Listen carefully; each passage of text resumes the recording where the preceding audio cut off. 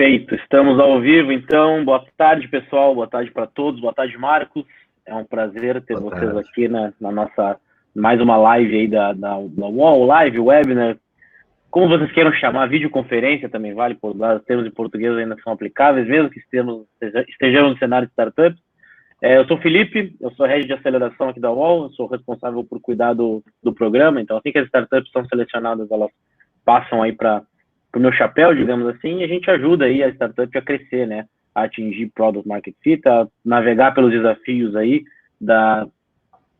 de criar um negócio num cenário de extrema incerteza, ainda mais agora, né, nesse cenário aí de pandemia, tá bem divertido trabalhar numa aceleradora, inclusive. Geralmente a gente fala de startup, a gente fala de software, né, quando a gente vai falar de hardware, né, que também tem software. Acho que o Marcos vai comentar um pouco sobre isso depois. Não é só hardware, não é só device.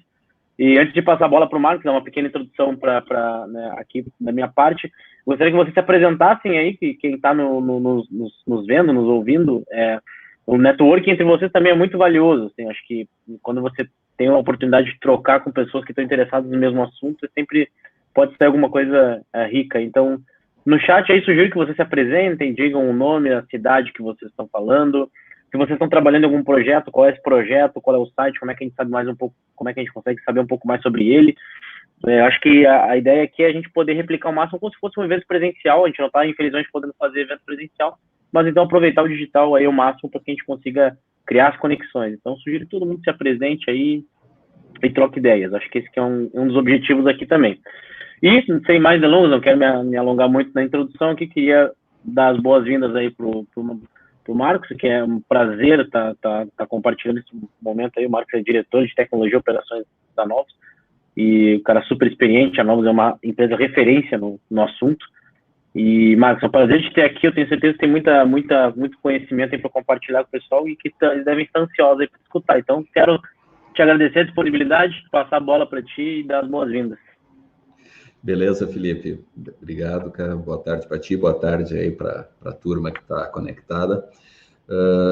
Eu sou, como o Felipe já disse, Marcos Lemburg, né? Sou diretor de tecnologia e operações da Novos, que é uma indústria gaúcha aqui com sede em Canoas, matriz em Canoas, mas é uma empresa global aí na área de eletrônica, principalmente para industrial, mas também para a área de automação predial e áreas afins. Apesar de não sermos uma startup, temos 30 e poucos anos, em IoT nós somos uma startup, né? E toda empresa inovadora, eu entendo que a cada 2, 3 anos vira uma startup, né? Enquanto remodela seus produtos, seus negócios. E a gente está num baita movimento aí em cima do tema da internet das coisas, né?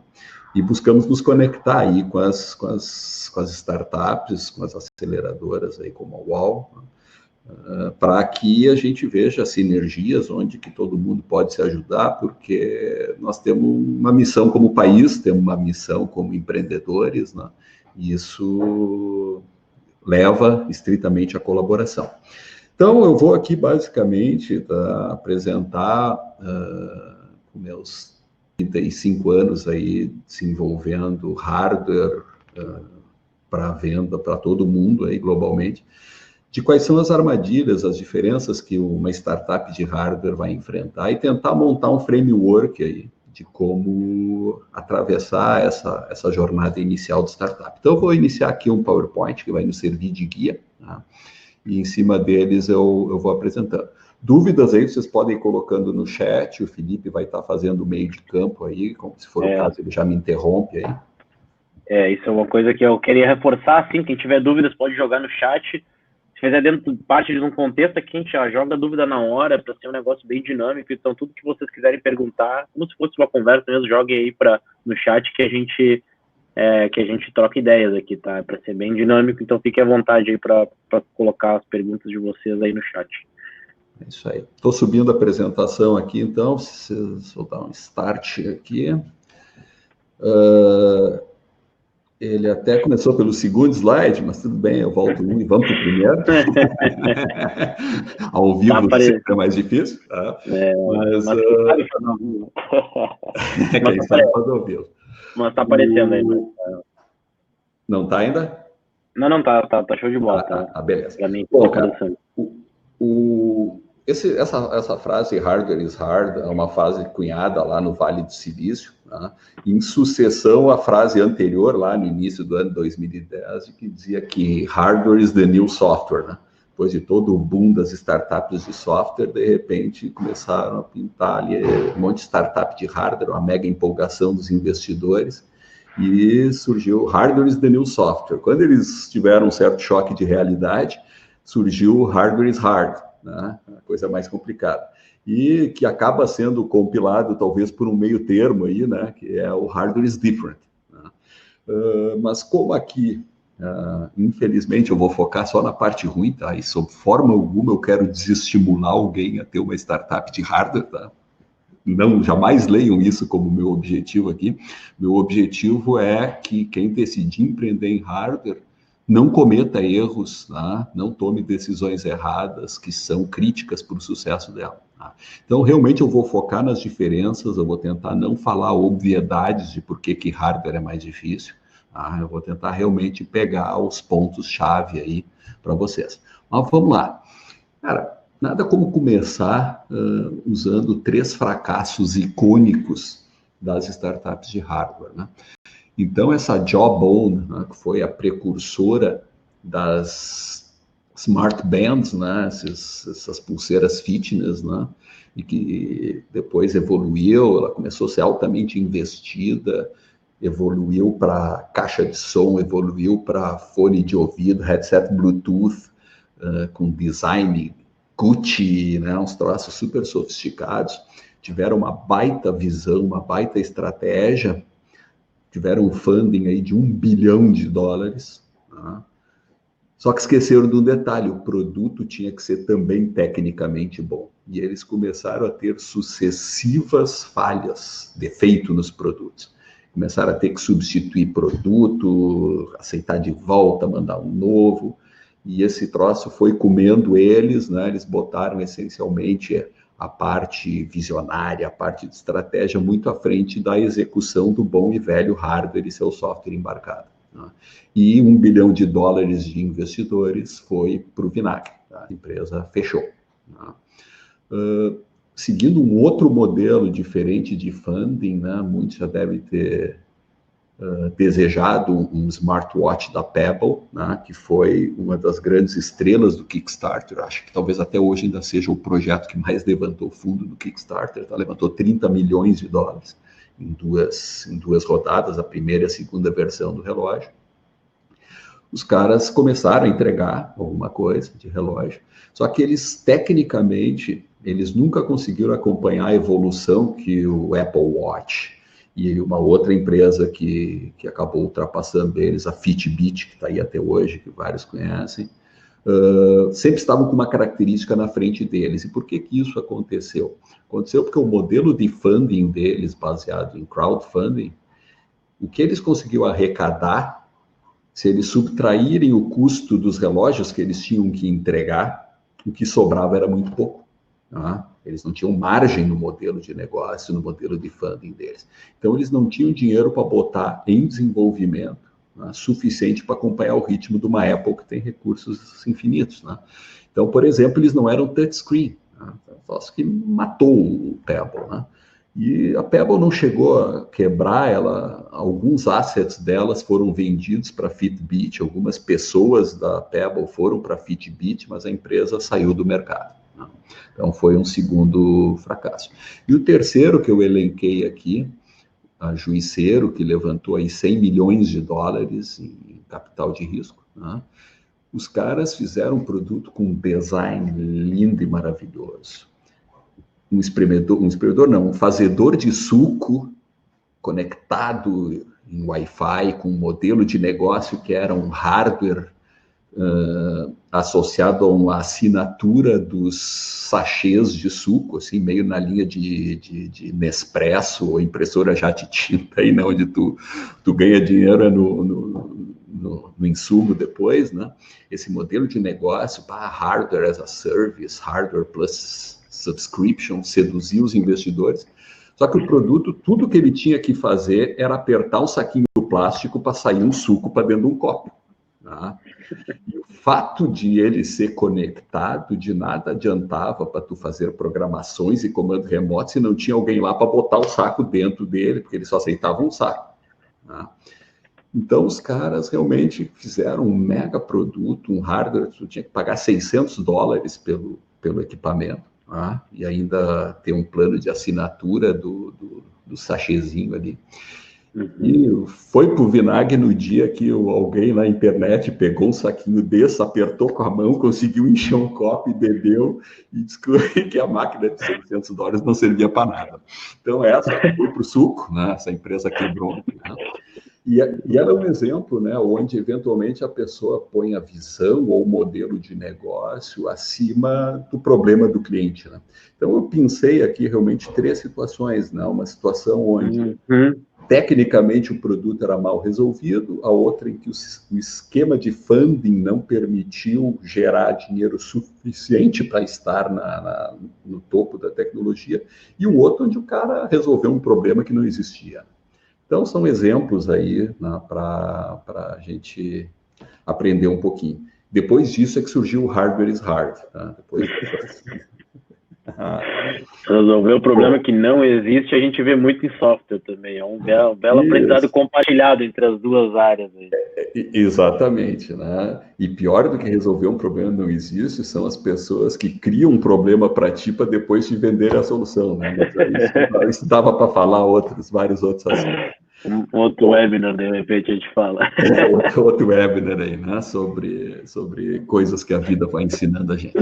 Mas, cara, assim, quando o assunto é hardware, jamais pense que o hardware é só a tua placa eletrônica, que é só o hardware. Né? Ou seja, se você vai entregar um produto para o mercado e esse produto envolve hardware, você vai ter que ter em mente que você tem um hardware para fazer uma placa eletrônica com seus componentes, que precisa ser, enfim, desenvolvida, testada, validada. Você vai ter que pensar no invólucro para o produto, na caixinha, a casca externa dele, né?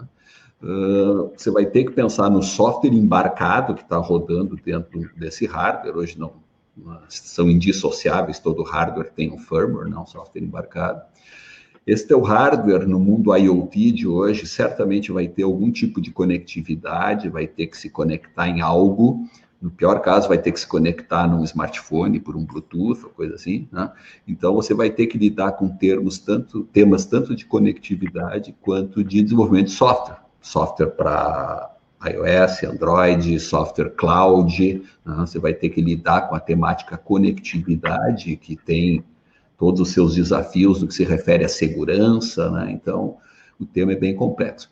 E algo que tipicamente a gente não se preocupa no início, que são as certificações, né? Especialmente se o produto é wireless, você já tem certificação compulsória em praticamente todos os países do mundo. Então, além de outras certificações que podem aplicar dependendo do tipo de produto. Então, depois adiante eu volto um pouco no tema de certificações aí. Estão tentando aqui, né, onde é que estão as armadilhas que o hardware cria, tentando não falar nas coisas mais óbvias, né, falando uma para exemplificar o que eu considero óbvio. Demora mais para desenvolver um produto de hardware do que simplesmente um software. Então, para fugir dessas obviedades como essa, né, nós temos, destaquei aqui alguns pontos, né, que são armadilhas. Um é, cara, quando tu, engenheiro, desenvolvedor, orgulhoso do teu protótipo, tu dá o teu protótipo por pronto, maravilhoso, tira foto dele, posta.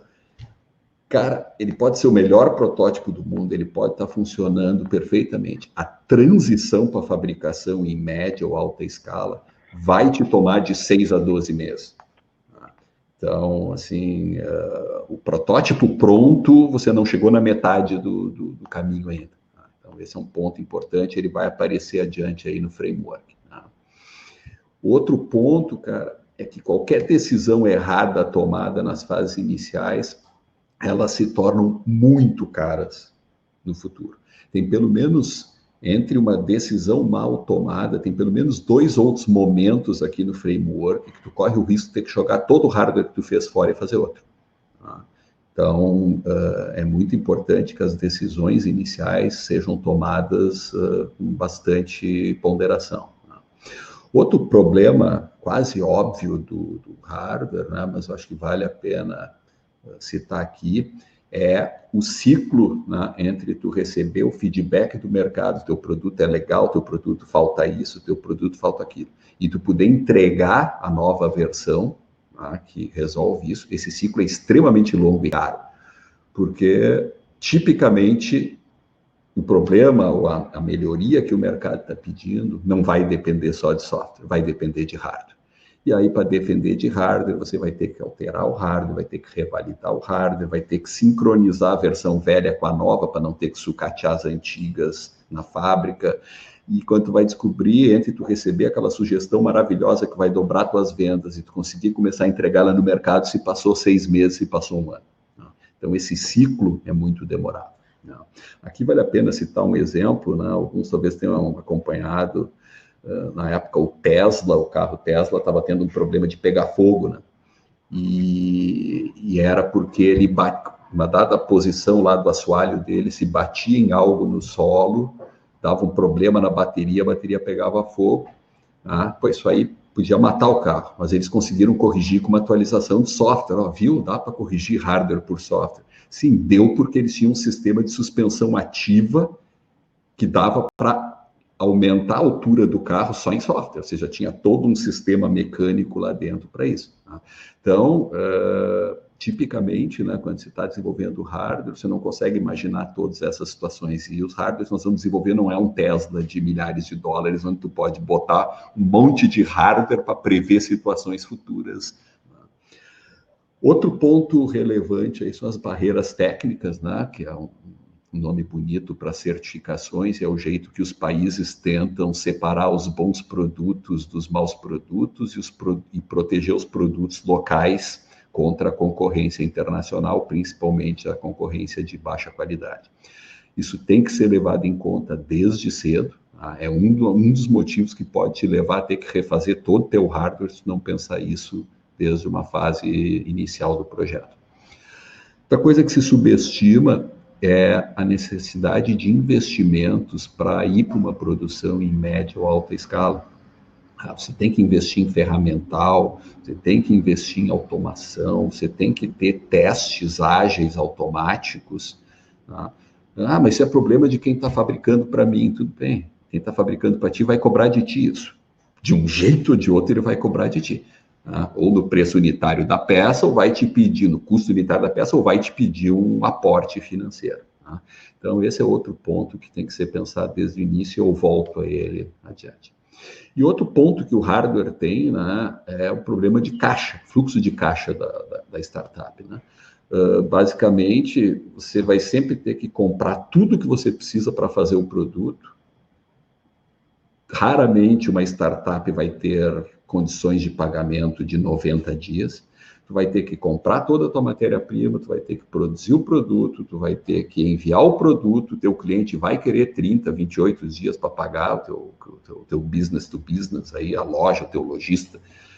E na prática, quando tu vai descobrir, tu botou teu dinheiro na frente para receber pela venda 60, 90, 120 dias depois de tu ter gasto. Isso é um baita desafio de fluxo de caixa para quem está com uma empresa justa. Né? Então, esse é um ponto também que pega aí bastante. Já vi muita startup sofrendo. Um chute que eu posso dar aqui, assim, cara, tipicamente o custo de matéria-prima de um produto eletrônico típico, tá, equivale aí a 1/3 mais ou menos do preço de venda. Então, cara, se eu vou vender agora, cara, eu vou faturar meu primeiro milhão. Pô, que bom, tu vai faturar 1 milhão. Tu tem os 300 mil de matéria-prima para botar na frente, 6 meses antes. Sabe? Essa é uma pergunta que o empreendedor sempre tem que se fazer. Esse número que eu estou dizendo... O fluxo de caixa do hardware é bem mais pesado, né? Bem mais pesado. Ele é bem mais pesado. Porque além de todo o investimento do P&D, claro, isso vem na frente em qualquer tipo de startup, você tem um investimento de matéria-prima, né, que para software não existe. Né? Então, esse é um ponto bem relevante. Esse é um ponto bem relevante. Com certeza. Bom, eu vou tentar aqui agora, então, criar um framework para cada fase de uma startup de hardware, né? Então, assim, dividindo em 3 macro etapas, né? Nós temos aquela etapa inicial, né? Onde se tem pouco dinheiro, muita vontade, muita ideia, né? Onde geralmente o recurso vem dos 3 Fs, né? Family, Friends and Fools, né? Ou de algum investidor anjo, que provavelmente pode ser um desses, um patrocínio, ou enfim, né? Ou realmente um capital anjo de uma aceleradora, né? E nessa fase, né, para desligar o celular, ó, ficou ligado. Nessa fase, né, que tipicamente é onde está a ideia, se tem infinitas possibilidades, se faz a primeira prova de conceito, aquele monstrinho ali que o cara olha, coisa meio tosca, mal construída, né, mas que já vai servir para explorar o mercado, né, e se inicia o desenvolvimento do produto, né, até chegar ao mínimo produto viável, né, o MVP, que vai te habilitar a ir agora para uma próxima fase, né? Que é começar a levar esse teu produto para o mercado, né? Tipicamente alavancado por algum capital semente, né? Onde você vai começar, então, a, enfim, finalizar esse teu MVP, colocar isso no mercado, começar a ter feedback, né? Na medida que tu deixar teu produto adequado ao mercado, você vai poder começar a tracionar a tua startup, né? E talvez conseguir entrar na última fase aí com um venture capital, alguma coisa maior, para fazer o scale-up aí do teu negócio, né? Cara, scale-up eu não vou nem falar muito aqui, porque tomara que algum de nós chegue lá. A minha preocupação é que as startups cheguem na fase de tração com os 4 pneus bons, tá? E não para realmente poder tracionar depois. Então, aí que eu vou explorar um pouquinho mais aqui. Então, agora, eu vou tentar aqui botar alguma informação para cada etapa de transição entre essas fases, né? Então, por exemplo, cara, tá ali o nerd com a sua ideia, né? E pronto para, enfim, cheio de energia para tentar levar isso até uma prova de conceito.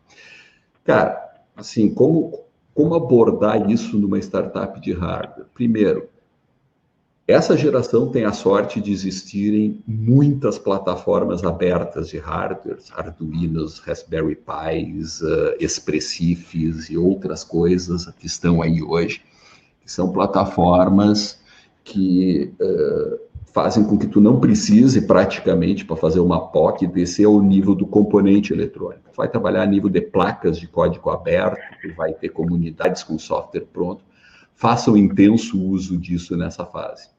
Mas estejam cientes de que tudo que vocês fizeram provavelmente será posto no lixo depois. O que vai ficar? O que vai ficar é a prova de conceito. O teu conceito, o problema que tu te propôs a resolver, resolveu, foi resolvido e alguém tem interesse nisso. Esses hardwares abertos, eles têm uma aplicação muito limitada numa escala industrial. Mas nessa fase, eles são a melhor coisa que vocês têm para utilizar. Precisa um sensor de alguma coisa, você vai achar uma breakout board lá com o sensorzinho que você precisa para ligar na tua Raspberry Pi e vai poder fazer aquele conceito. Então, façam uso intenso disso, façam uso intenso de kits de desenvolvimento dos fabricantes de componentes. Tá? Eu tenho um protótipo que está escondido nas fotinhas nossa ali, mas aquilo ali é uma prova de conceito que a gente fez aqui no nosso programa de inovação, né? Onde a prova de conceito é o kit de desenvolvimento de um fabricante, o hardware. A gente agregou firmware, agregou algumas coisas ao redor, mas a prova de conceito é em cima disso. Por que isso, gente? Porque aqui o foco não é desenvolver teu hardware e nem desenvolver teu firmware. O foco aqui é descobrir se tu entendeu o problema do cliente e se tu conseguiu propor uma solução. Tá? Então, aqui o foco tem que ser, cara, foca no problema, no básico do problema, sem perfumarias, tá? E bota para provar que funciona. Recomendação importante. isso vem, enfim, você só deve estar cansado de ouvir isso, mas tenha o cliente ao teu lado desde o início, né? Porque tu precisa dele para os requisitos e tu vai precisar deles para os testes, tá? O ambiente de testes é tipicamente um outro ponto muito crítico, tá? Quando você tem a tua primeira POC, o teu primeiro produto. Sem um ambiente de teste adequado, sem alguém que tenha o efetivo problema, você vai estar inventando um problema que nem o espremedor de suco lá, tá? Que as pessoas não têm. E é muito importante nessa fase também que vocês tenham algum parceiro que tenha os equipamentos mínimos necessários, né, para que vocês possam validar isso que vocês estão fazendo, testar, né? Então, cara, tem acesso a um laboratório, não é da faculdade, não é da universidade, uma empresa parceira, um amigo, alguém que tem, mas vocês têm que ter, desde essa largada, acesso a um laboratório de eletrônica básico para que não se passe vergonha quando botar o produto no campo e não tiverem sido feitas medições e testes básicos de laboratório que poderiam ter evitado. Né? E essa curva aqui, né, ela é mais para a gente fugir da armadilha de que no início o produto pode resolver 800 problemas, tá? Depois tu tem uma ideia para cada coisa. Depois que tu começa a fazer análise de viabilidade, tu descobre que alguns não dá para resolver, e na hora que tu vai lançar o produto, tu começou a ter tanto problema, com tanta característica, que tu acabou te livrando das características que não precisava. Então, é importante que se evite, na fase da POC, já tentar botar característica demais. Cara, a POC é uma prova de conceito do problema a ser resolvido com, no máximo, uma ou duas características acessórias. O resto é foco no problema original. Bom, passada essa fase, né, a gente entra na fase mais divertida e empolgante do desenvolvimento de hardware. Eu, no início da minha carreira, me lembro de pegar minhas primeiras placas, os primeiros produtos, levar para casa, mostrar para a mulher, mostrar para o pai, mostrar para... Não tinha mulher naquela época também, né? Não tinha esposa, pelo menos. Mostra até para o cachorro, quando o cara está empolgado. Cara, exatamente, tá? E, então, essa é uma fase fantástica, vai ter muito P&D em cima, tá? Aquela questão que eu disse, as decisões erradas podem surgir aqui, e eu considero, talvez, a maior decisão errada que se pode tomar aqui seria a de seguir com os hardwares abertos. Tá? Aí eu me refiro principalmente à parte maior dos hardwares, a CPU, uma Raspberry Pi ou um Arduino. Isso vai te cobrar um preço ali adiante, seja em desempenho, seja em certificação, seja em custo. Tá? Em algum momento isso vai te cobrar um preço. Então aqui o conselho é que na hora que for trabalhar no mínimo produto viável, já se passe para um hardware desenvolvido especificamente para esse problema. Então, o hardware de vocês. Tá? É uma recomendação, não é uma regra geral, sempre vão haver exceções, tá? Mas fica aqui um conselho nessa linha. O porquê disso? Porque se você já começar agora a trabalhar com os componentes que tu tem garantia de fornecimento no futuro, os componentes que têm a robustez necessária, tá? Todo o teu desenvolvimento daqui para frente não vai ser jogado fora quando você se deparar com os problemas. Tá? Então, esse é um ponto, acho que é bem, bem importante. Nessa fase, já é importante tu ter um parceiro de fabricação, um parceiro industrial, tá? Porque tu já tens que começar na execuibilidade da produção daquilo que tu está desenvolvendo. Tá? Especialmente engenheiros eletrônicos mais novos aí, que não tiveram uma vivência em empresa, acham que ele mesmo pode fazer o layout da placa, ele mesmo pode tomar as decisões de como esse produto é fixado. E, cara, precisa um parceiro industrial aqui nessa fase. Outro ponto muito relevante é a multidisciplinaridade do P&D de um produto. Ser bom em hardware, ser bom em firmware são duas das disciplinas que você precisa. Mas você precisa de disciplina na parte de construtiva, essa parte industrial. Isso vai exigir que tenha alguém na equipe com modelagem 3D, com CAD 3D que possa te ajudar. você vai ter necessidade de testadores, pessoas que entendam de teste, de robustez de software, robustez de hardware. Então, busquem uma equipe multidisciplinar. Essa equipe multidisciplinar, mas sou só eu na minha startup, eu e minha namorada. Né? Cara, tem empresas de terceirização de P&D, aí vai depender quanto recurso tu tem disponível, né? Agora, um caminho seria, cara, vamos buscar aí uma parte dos meus recursos e vou contratar um cara lá que é especialista em design de produto eletrônico para me resolver as questões construtivas. Então, essa parceria, ela é importante, ela vai resolver bastante problema. Lembrem-se, aqui já estamos tentando ir para o mínimo produto viável, tá? Então, se o produto é viável, ele não é viável só no que tange a resolver o problema, ele tem que poder ser instalado da forma pretendida, ele tem que resistir às condições de uso pretendidas, tá? Ele é praticamente o que vai para o mercado.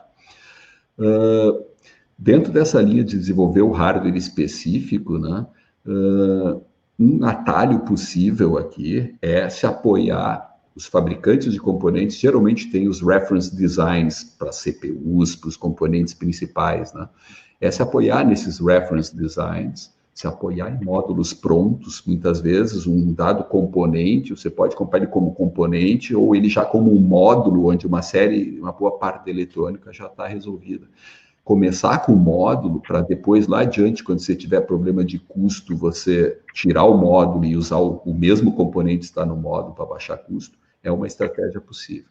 Então, a recomendação aqui, em termos de hardware, é abandone Arduinos da vida e vá para os kits e módulos dos fabricantes de componentes tradicionais, né, onde você vai ter uma certeza de fornecimento no futuro. Muito teste.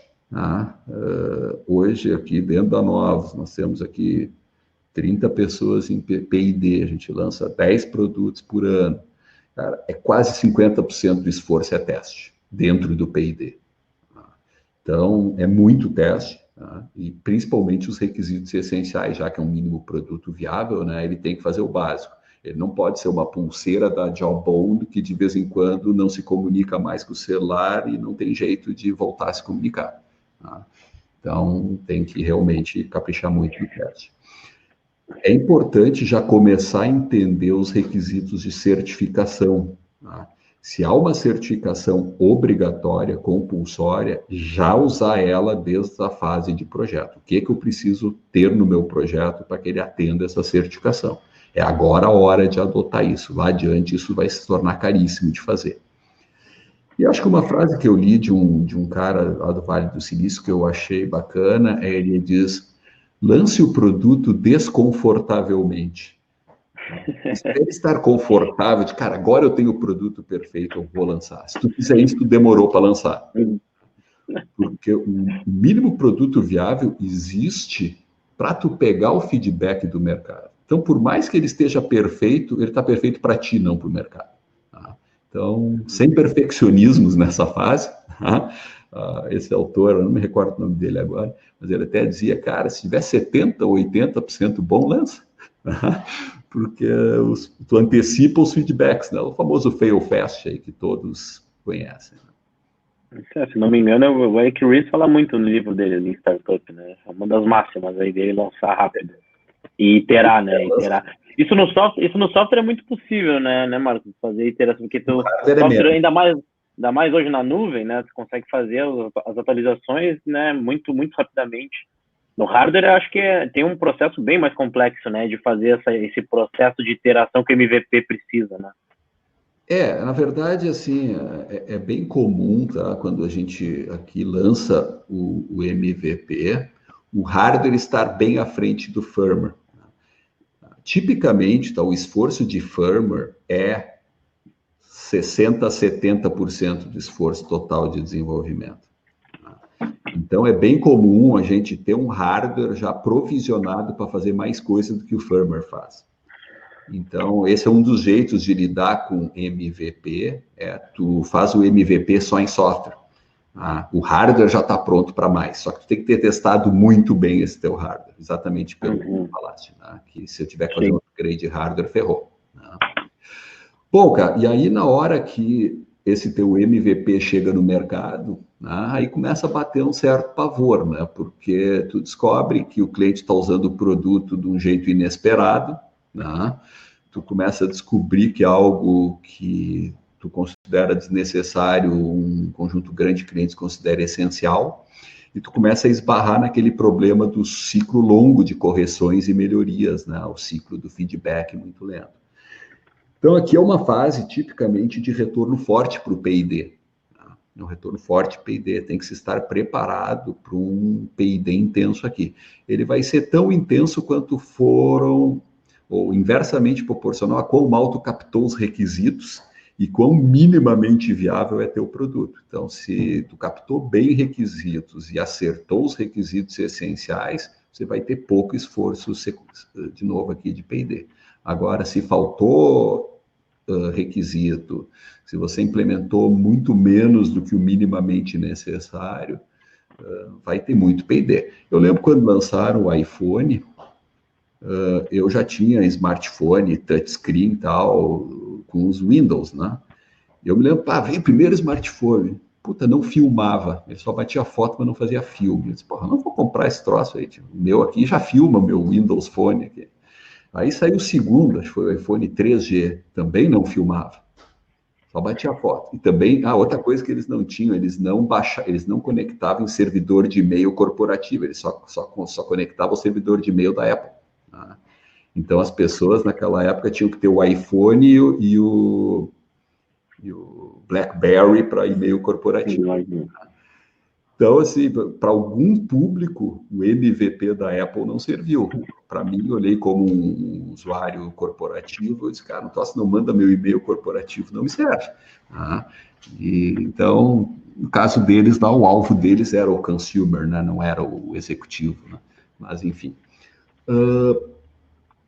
Aqui, se decisões muito erradas foram tomadas no hardware, por exemplo, se o teu produto passa a ter problemas como a Jawbone teve ali, de começar a dar pau, travar, esquentar, gastar muita bateria, sair fumaça, fazer barulho, sei lá o que mais com o hardware que vocês estão fazendo, corre-se o risco de ter que começar o projeto do zero. Então, aqui é um dos pontos, nós já tivemos casos de produtos que depois do mercado, a gente encontrar, puxa vida, isso aqui nós vamos ter que desenhar uma CPU nova, vamos ter que desenhar uma fonte nova, ainda bem que se erra pouco, né? E só se erra porque se tenta, né? Mas é um ponto que as decisões erradas lá atrás custam caro. Né? E aqui já entra uma recomendação para a próxima fase. Né? Próxima fase, que é começar a escalar. Teu produto está pronto e agora vai começar a crescer muito as vendas. É começar a se preparar exatamente para a fase da atração. Tá? E o que geralmente tranca a atração de produto eletrônico é a capacidade de ele ser facilmente montado e testado. Tá? E também o custo final do produto. Então, tem técnicas aí, Design for Manufacturing, Design for Assembly, Design for Testing, né? E aqui escondeu a tradução da sigla BOM, que é Bill of Materials, né? É aproveitar essa fase para já começar a melhorar esses pontos que são da próxima fase. Tá? Cara, na hora de escalar, tipicamente você vai se deparar com meu produto está caro, tá? Você vai ter que aplicar aquilo que eu estava falando, dar um jeito de reduzir a Bill of Materials, vai ter que tornar ele mais fácil de fabricar e testar pelo teu parceiro industrial, ou se tu tens uma fábrica própria, ótimo. Tá? Os investimentos não previstos que eu citei antes. Tá? E aqui, de novo, se você não fizer um bom trabalho, pode acontecer de você ter entrado no mercado com um hardware e ter que fazer outro para poder escalar, ou por custo, ou por dificuldade de manufatura. E se você não tem uma fábrica própria, se você já não tem experiência no processo de escalar volume, prepare-se para 6 a 12 meses, aí, dependendo do grau de maturidade da startup, do parceiro industrial, para conseguir adequar o projeto para produzir aos milhares.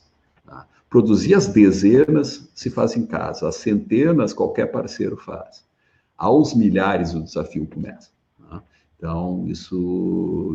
E quem aqui está querendo tracionar em um dispositivo IoT, que são dispositivos realmente simples, tem que estar pensando em milhares lá adiante. Tá? E aqui, cara, tem um especialista em fabricação, lá desde aquela fase que eu citei lá no início, é chave para não se quebrar aqui. Tá? E aqui, nesse momento, vocês vão começar a entender, e eu já tenho que começar a ir para o fim, já estamos fechando isso aqui. Não, tá bom o conteúdo, tá excelente. Aqui nós vamos começar a entender que o que antes eu chamei de alguém que pudesse te ajudar lá com um laboratório de eletrônica, depois chamei de um parceiro industrial. Agora aqui vocês vão começar a entender que talvez o que vocês precisam seja um parceiro de negócio, porque a complexidade do processo de manufatura é muito maior do que a maioria das pessoas que não convivem com ele sabem, né? Cara, a coisa começa por compras, tá? Logística internacional de componentes, gestão de estoque, homologação de fornecedores. Para que homologar fornecedor? Cara, se tu comprar toda aquela fase inicial, você comprou os componentes eletrônicos de DigiKey, de Mouser, dos chamados brokers aí, né? Esses até são bons, tá? Mas existem outros fornecedores que tu comprou os componentes do AliExpress. Cara, a chance desse componente ser defeituoso, ser refúgio, é muito grande. Tá? Então, se tu não homologar teu fornecedor, quem que te vende este modelo de circuito integrado? Quem são os fabricantes de resistores homologados? Eu já recebi aqui lote de capacitor que não tinha capacitância. Tá? Lá nos tempos heróicos que a gente não tinha homologação de fornecedores sério. Teu processo de fabricação tem que estar documentado, tem que ter a montagem de placas. As pessoas realmente só enxergam essa etapa. O meu parceiro tem que montar as placas. Não, cara. Ele vai ter que ter um mecanismo para gravar o firmware ali dentro, em produção. Ele vai ter que fazer a integração final do produto, ele tem que testar teu produto, ele precisa automatizar a manufatura para ter produtividade e custo mais baixo. Tem que resolver a embalagem, ele tem que lidar com o estoque, a logística, a parte de assistência técnica. Mas a assistência técnica é o que estragar. Cara, mas existe assistência técnica dentro do processo, as peças que durante o processo falham no teste, elas precisam ser injetadas de volta. Então, na verdade, a parte de fabricação, na hora que uma empresa decide ser fabless, né, não ter a sua própria fábrica, ela tem que ter a parte industrial como um parceiro de negócio, porque o nível de comprometimento vai muito além da industrialização. E, bom, cara, se o assunto virou scale-up, né, ou se vocês conseguiram tracionar, vocês já não são mais uma startup. Tá? Provavelmente não serão unicórnio, até porque unicórnios são poucos. Né? Então, eu roubei aqui desse investidor, o Lazarov, aí, a startup Camelo, né? Que é adaptável, é grande, é forte, é resistente. Né? O Camelo consegue andar bem rápido por bastante tempo. Né? Então, eu desejo, né, que as startups aqui presentes, ou futuras startups que possam ser motivadas aqui, sejam verdadeiros camelos. Né? A Novus é um camelo, nós sobrevivemos à inflação de 80%, nós sobrevivemos ao mercado fechado para os importados, sobrevivemos ao mercado abrindo para os importados, sobrevivemos o dólar começando a 1 por real e hoje batendo quase em 100, graças a Deus, um pouco. A Covid está sendo fichinha para nós. Muitos ciclos econômicos vividos já. Exatamente, né? Então, tudo aquilo onde talvez a maioria da audiência não tivesse nem nascido, a gente sobreviveu aquilo tudo. Tá? E, então, nós somos camelos. Tá? Agora, camelo, apesar de feio e desajeitado, também se reinventa, ele se adapta, né? O camelo, o bicho que avança. Então, esse é meu desejo, e nós estamos se aproximando do fim aqui, meu desejo que as startups que estão aí ou que possam resultar sejam verdadeiros camelos lá adiante. Tá? E aí, só resumindo esse framework, então, né, aqui eu não digo nada de novo aí, né, mas, então, esse é só um pequeno resumo, né, basicamente o foco seria, no início tem um parceiro de laboratório e use plataformas prontas. Na fase de MVP, abandone essas plataformas prontas na medida do possível e parte para os reference designs e módulos dos grandes players, fabricantes de componentes eletrônicos, né? Comece a envolver o teu parceiro industrial o mais cedo possível, tá? Ao começar a preparar teu MVP. Quando precisar escalar, tenha de preferência praticado antes, mas senão você vai ter que praticar ali todos esses conceitos de design for, né? Design, DFX até, que já inventaram tanta letra para botar depois tem DFX hoje. Tá? E tem um parceiro de negócio, se vocês não vão ter a própria fábrica, né? Tem que ter um parceiro de negócio. E é um pouco por causa disso, né, que a Novos e a UAU estão aqui. Tá? A Novos é uma empresa, para vocês saberem um pouquinho, né? A gente tem aí mais de 30 anos, a gente exporta os nossos produtos aí de instrumentação e automação para mais de 60 países. A matriz é brasileira, mas temos unidades aí Estados Unidos, Argentina, França, tá? Unidades no Brasil. E temos certificações para vários países, de vários produtos. E nós estamos aqui junto com a UOL, porque a Novos também quer se aproximar das startups, né? Seja uma coisa de coração aberto, como estamos fazendo aqui, tentar transmitir as nossas experiências, mas por que não, daqui a pouco, a Novos, UOL e uma startup fazerem um trabalho a três, uma mentoria plus, né? Uma coisa onde a Novos pode ter interesse em ajudar, e aí pode ajudar em todas as fases aí que eu falei. Então, esse é o que trouxe aí a Novos a esse ambiente aqui. Como o famoso irmão mais velho, né? Ajudando o irmão mais novo a caminhar e a se desenvolver. Isso, né? Então, gente, era isso que eu queria transmitir aqui para vocês. Espero que tenha contribuído aí e vamos tentar ver se a gente mata alguma dúvida aí que o pessoal tenha postado. Eu não consegui acompanhando o chat aí, Felipe. Não, tranquilo. A gente tem algumas dúvidas, sim. Eu acho legal até a gente já dar sequência aí, Marcos, se tu permitir. Acho que de conteúdo acho que já estamos, né, já cobrimos aí tudo. Acho que agora, pessoal, a ideia, né, em cima desse conteúdo super bacana aí que o Marcos trouxe, experiência prática, né? Acho que isso que é o mais relevante aí que o Marcos traz é operar, né? Fazer hardware, né? Acho que fazer, vender, testar, enfim, acho que toda essa parte prática no software aqui, mais no dia a dia da UOL, isso é muito relevante, no hardware nem se fala também, né? Então, até tem uma pergunta do Thiago aqui que pergunta justamente se a UOL tem algum case de startup de hardware. Assim, Thiago, temos casos de hardware, sim, é uma coisa que até eu posso comentar aqui agora para ti, mas a gente deixou o Marcos também seguir com o conteúdo durante a apresentação, mas a gente tem 3 casos de hardware aqui na UOL que o hardware foi, assim, componente fundamental no modelo de negócio, né? Então, comentando brevemente esses 3 casos, a primeira startup que a gente, uma das primeiras startups que a gente investiu, chamada EOWare, é um hardware que é um IoT para monitorar variáveis do ambiente, e eles acabaram plugando a solução no mercado de aviários e foram vendidos para uma indústria que tinha uma base, né, de aviários ali para poder fornecer mais dados para tomada de decisão, se tinha que subir a temperatura do aviário, descer, enfim. Então essa é uma startup que a gente inclusive vendeu a startup para uma indústria, né? A gente fez o famoso exit.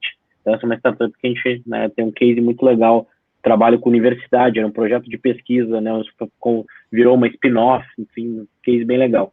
A outra startup chama-se PeeMyPet. Essa startup, ela tinha um potencial muito grande, era uma coleira inteligente para pet, monitorava a saúde do animal, monitorava quantos passos ele deu, e aí, principalmente, né, se tu perdesse o teu cachorrinho e o teu gatinho, tu conseguia ativar a localização dele via GPS, e aí ele tinha, né, você tinha como localizar o seu pet perdido. Essa startup chegou a captar uma rodada na época, um Série A, né, que na época eram 2,5 milhões de reais, então era um Série A na época, hoje já talvez não se considere mais, mas ela captou grana, ela conseguiu validar essa parte aí que o Marcos comentou, do POC MVP, ela fez isso super bem, ela passou por uma aceleração nos Estados Unidos, né, no Vale do Silício, lá na 500 Startups, voltou com essa parte de POC MVP muito bem construída, e o que realmente deu ruim ali na PeeMyPet, que acabou falindo, né, não operando mais, foi a questão do MVP para escala. Aí realmente a startup teve uma dificuldade bem grande de produzir um produto de alto nível, e principalmente depois de conseguir dar vazão aí para tanto em termos de importação de peças, quanto em termos depois de montagem, assembly e depois despacho. E a terceira startup, só para não me alongar na resposta, TracePack é o nome, é uma agrotech. Ela vende monitoramento de ativos focados na cadeia florestal. Então, ou seja, você imagina uma empresa querendo cortar lá umas árvores que ela quer cortar, tem umas motosserras, e aí muitas vezes ela perde as motosserras no meio da floresta e nunca mais acha.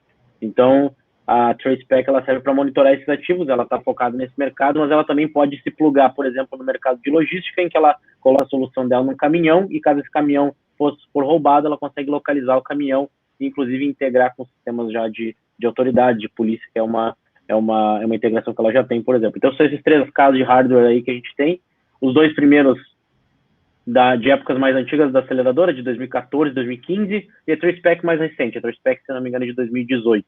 2018 2019. Então, nesse sentido aí, Thiago, respondendo a tua pergunta, é isso aí. O Marcelo tem uma pergunta aí, acho que para ti mais, Marcos, eu acho que é uma pergunta super interessante, que ele pergunta como é que é o ambiente para uma empresa de hardware crescer no estado hoje. Imagino que esteja falando, Marcelo, do Rio Grande do Sul, que é o estado que, pelo menos a Novos, né, tem a sede, né, a UOL também tem equipe, mas a gente tanto a Novos quanto a UOL somos duas empresas brasileiras, né, mas vamos pegar no estado. Acho que cenário, né? Responder a nível de Brasil, isso dá para responder. A nível de Brasil, pois é. Então, e no nível, ele pergunta, ele complementa, né? Se é no nível heróico ou já existe um mercado relativamente maduro com profissionais qualificados? Cara, foi heróico até 2000 e pouco, tá? Quando a gente tinha que contrabandear componente lá nos anos fim dos 80 com pilotos da Varig que traziam componente que era proibido comprar no Brasil. Tá? Então já foi heróico, sim. Tá?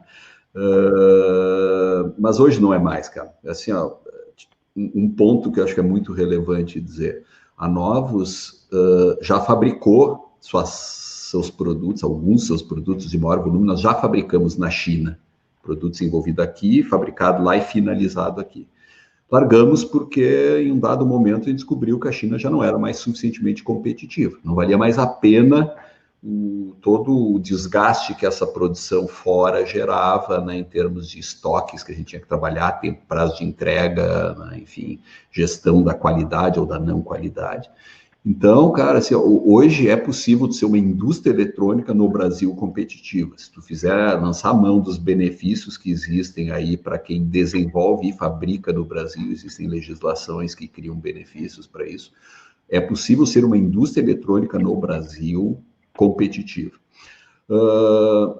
Então, sim, é totalmente possível crescer no estado, no país, como uma indústria de hardware. Nós temos alguns problemas, né?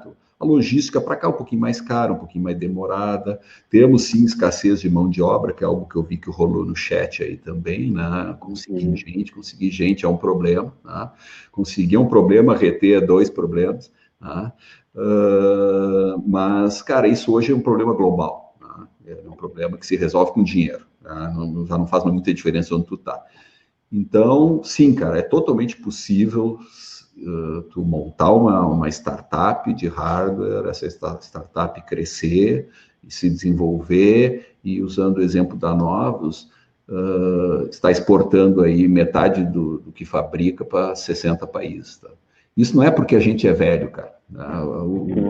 Uma boa parte da nossa história foi tão heróica que só contribuiu com calos, né? E com resiliência, mas não contribuiu com algo que torne hoje o nosso produto melhor. Né? Então, realmente coisas que nos fizeram crescer como profissionais, mas como, em termos da qualidade do nosso produto, esse passado remoto representa muito pouco. Então, sim, é possível fazer uma startup, uma empresa de hardware gaúcha brasileira, qualquer estado aí, e avançar e ser competitivo. Isso é bem importante. Acho que o ambiente, né, em termos de ambiente de inovação, falando como um todo, acho que melhorou bastante de uns anos para cá. A gente enxerga isso até. A gente não tem tantos anos de experiência quanto a Novos, mas acho que desde a fundação do acelerador em 2013 melhorou bastante, de fato, principalmente a questão de mão de obra, né, que eu acho que é um dos grandes gargalos. Né? Aqui para nós, reter o pessoal especialmente o pessoal de programação mobile, é bem complicado. O Alessandro, por exemplo, acho que aprofunda esse ponto com uma dúvida. E uma pergunta para ti, Marcos. Se você enxerga que a formação desses profissionais nas universidades e cursos técnicos estão muito distantes do que as empresas precisam, principalmente quando vocês vão contratar ainda novos 60 e que ainda tem um gap na parte de formação dos profissionais? Cara, esse é um assunto que eu me envolvo bastante, tá? Já fui conselheiro de algumas faculdades, já fui professor na PUC por uma década lá na engenharia elétrica.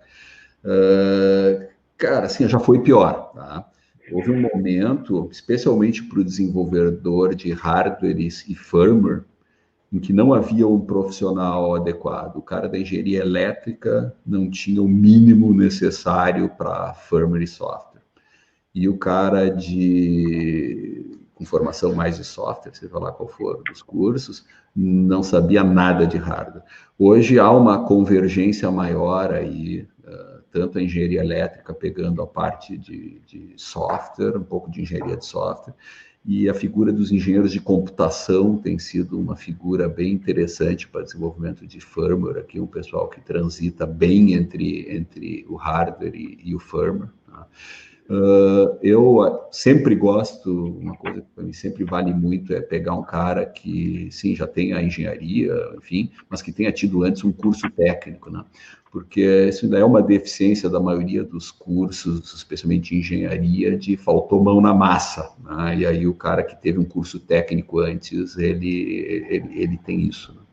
Então, assim, eu diria assim, profissional para hardware e firmware, eles já vêm razoavelmente prontos. O que falta é esse tipo de conhecimento que eu estava transmitindo aqui, né? Que um produto tem que ser fabricável, não basta funcionou, está pronto. Né? Então, esse tipo de conhecimento falta alguns conhecimentos na parte de ambientes de desenvolvimento, compiladores e tal, mas já é bem razoável.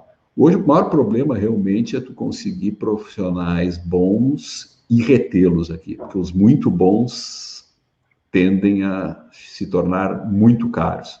Muito caros. Vários, e perder gente para outros países também. Então, cara, é um desafio, mas não encaro. Eu vivi momentos piores em conseguir mão de obra do que os últimos 4, 5 anos. Sim, a formação de mão de obra técnica acho que ainda está longe do ideal, mas pelo menos parece que estamos caminhando por uma direção, na direção certa. Sim. Marcos, me diz uma coisa, assim, como é que tu enxerga, por exemplo, não sei se vocês fazem isso na Novos, cenário de investimento, por exemplo. Vocês têm um abraço aí dentro da Novos que também investe em soluções que vocês conhecem, que vocês fazem algum tipo de parceria? Como é que funciona essa parte de repente, novos negócios dentro da Novos? Cara, nisso nós somos uma startup, né? Se reinventando muito, né? A gente criou aqui dentro, além do P&D tradicional, enfim, que trabalha em cima de uma estratégia de portfólio, mercados, consistência de uma linha de produtos, enfim, tecnologias consolidadas.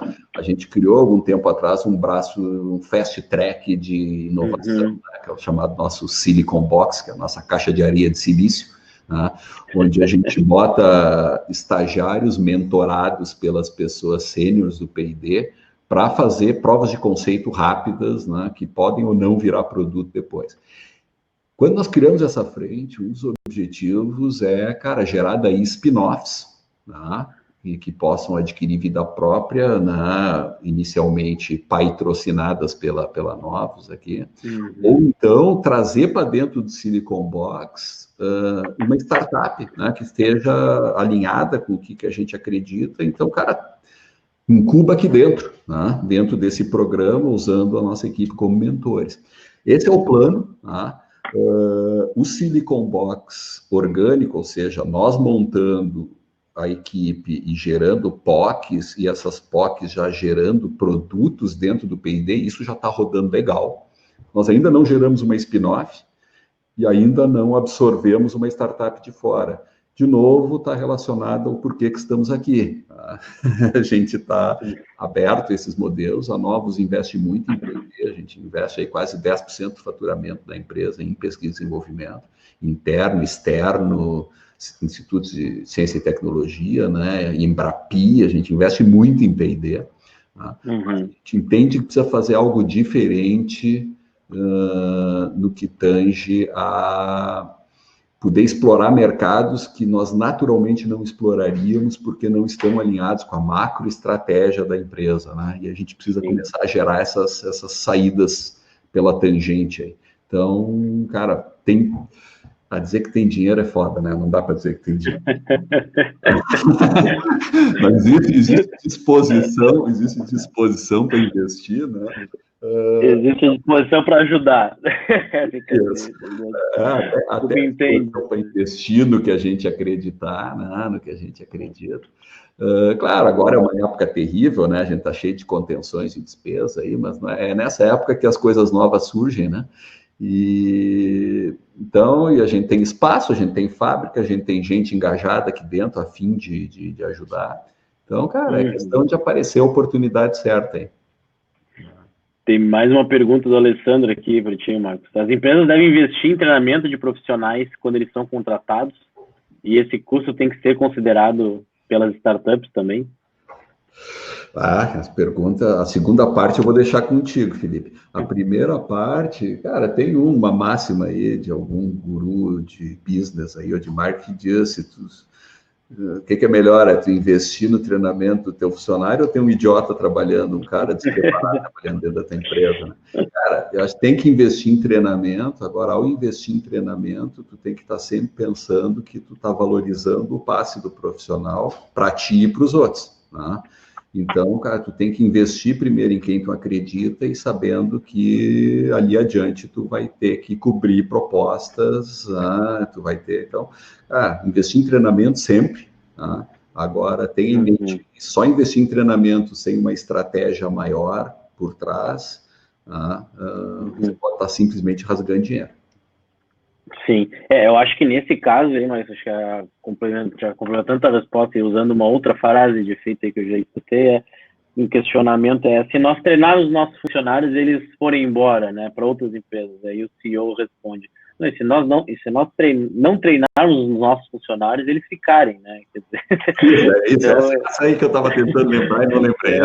Essa daí, pior é não treinar o cara ficar, né, pois é, então. Mas assim, essa que eu estava tentando lembrar. Alessandro, acho que no ponto de vista das startups, assim, cara, tu oferecer o aprendizado, acho que é uma constante dentro de uma startup, né? Você tem que sempre estar buscando novas capacidades.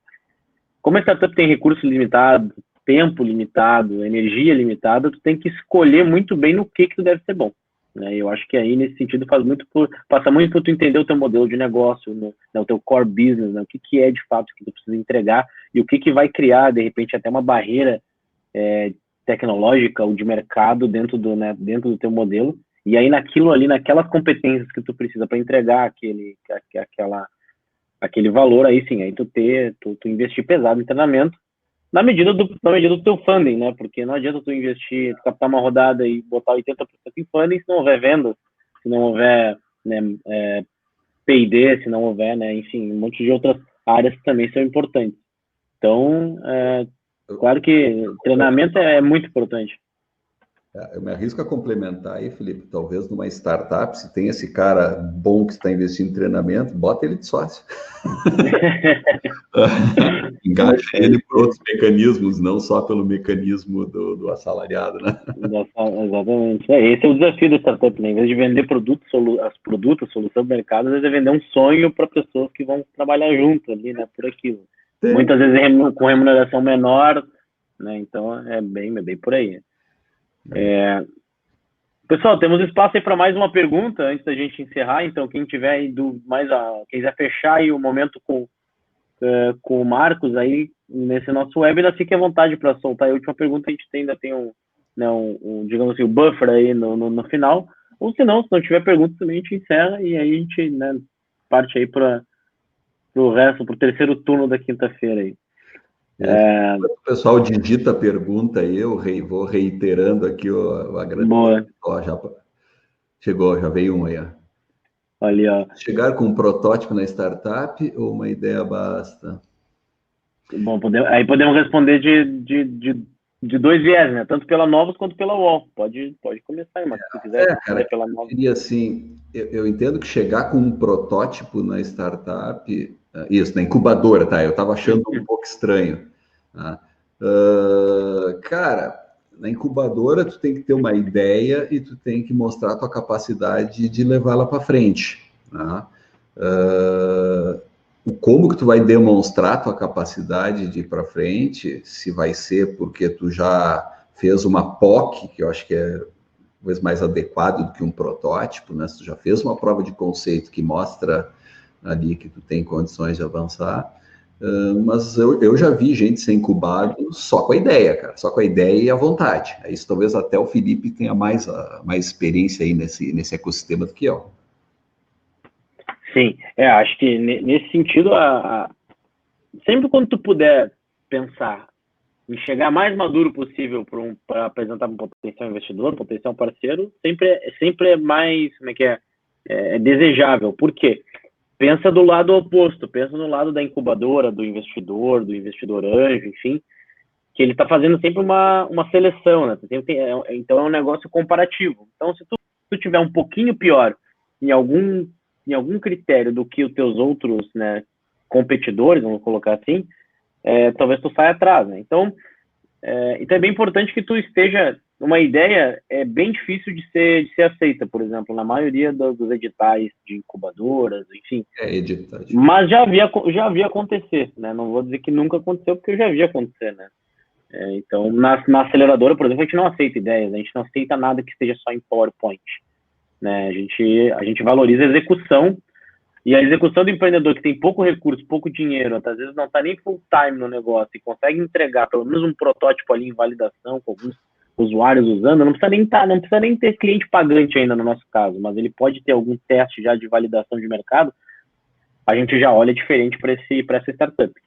Então, eu diria assim, né? Eu acho que o quanto mais tu conseguir trabalhar no início do teu projeto, ainda que seja, por exemplo, sem dedicação full time, mas imaginando no cenário part-time, mais que tu conseguir validar do teu conceito e tu conseguir provar que ali existe uma oportunidade, eu sempre sugeriria, Marcelo, sempre avançar a ideia, né? E mais adiante na tua validação.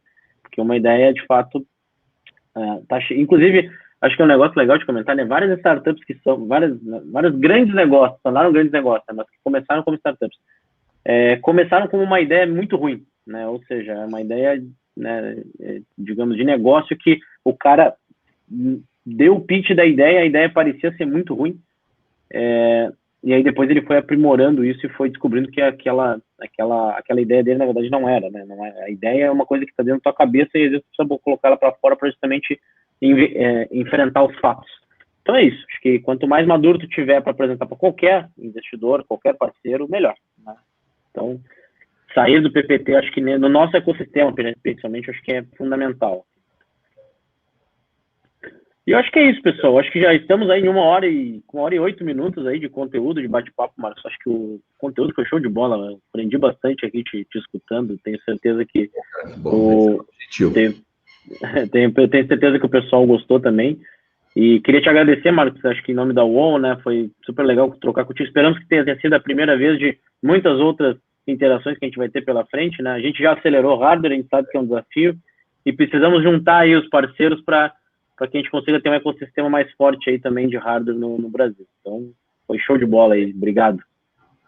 Beleza, pessoal. Obrigado, então, aí. Sucesso aí, quem estiver pensando em empreender ou empreendendo.